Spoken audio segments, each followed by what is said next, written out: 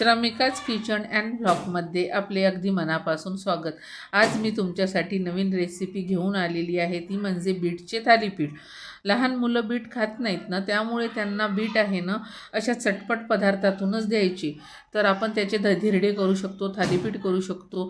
त्यासाठी मी 5-6 बीट स्वच्छ पाण्याने धुवून वरचे छिलटे काढून घेतलेले आहे, बारीक किसून घ्यायचे। त्या किसामध्ये गव्हाचे पीठ, ज्वारीचे पीठ, बेसन पीठ टाकायचे। पिठामध्ये कमी जास्त झाले तरी चालतं। मग त्यात बारीक लसूण, जिरं, कोथिंबीर पण घालायची, तिखट, मीठ, हळद आणि तीळ टाकायचे। पिठामध्ये ना तिळाचे प्रमाण थोडे जास्त असले की थालीपीठ खायला खमंग लागतं। तर पीठ आहे ना थोडंसं सैल भिजवायचं, खूप घट्टही नाही खूप पातळही नाही, जेणेकरून आपल्याला थापटायला सोपे गेले पाहिजे। मग एक सुती रुमाल ओला करून पोळपाटावर टाकायचा आणि त्याच्यावर ते थालीपीठ थापून घ्यायचे।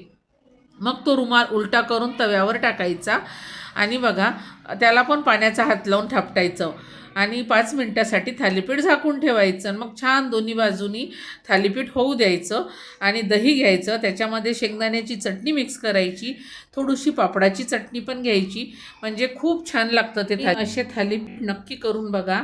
आणि माझ्या चॅनलवर नवीन असाल तर व्हिडिओला लाईक करा, चॅनलला सबस्क्राईब करा। धन्यवाद।